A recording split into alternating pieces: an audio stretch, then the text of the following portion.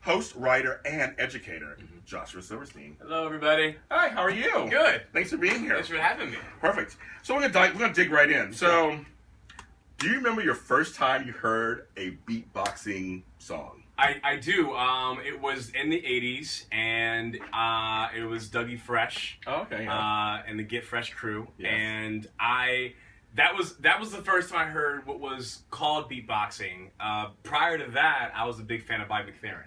And I saw him live, and I was 5 years old. Oh, wow. And he came on stage, beating his chest, with yeah. no shirt on, and it blew my mind.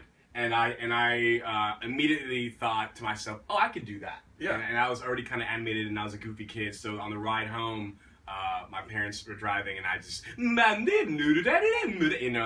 became what was my style. And then when I heard Dougie Fresh, beatboxing, then it kind of merged into being musical and percussive, and that's kind of where I birthed out of. Do you remember your earliest emotions when you heard that?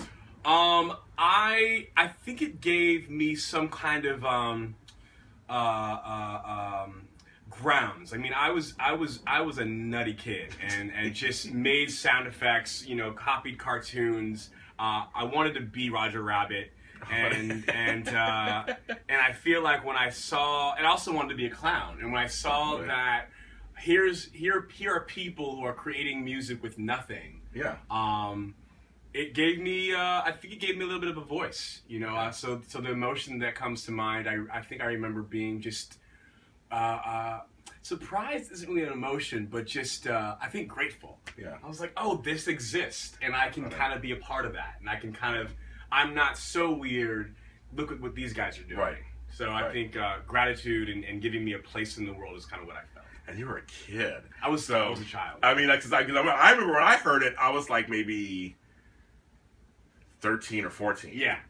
And it was like, what's that? Yeah. This is very interesting. Okay. Yeah. It sounds good. And I wasn't a b-boy like that, but I was a dancer. Mm-hmm. So I like to dance, and I learned all the dance. So I was like, oh, I can actually dance that kind of with the right thing. It was like, I loved it. I remember thinking too. Side note that my black friends were like, well, you can't do it. And I was like, why? It's because your lips are not that big. And I remember thinking, oh, you're right. Like, I don't have big lips. And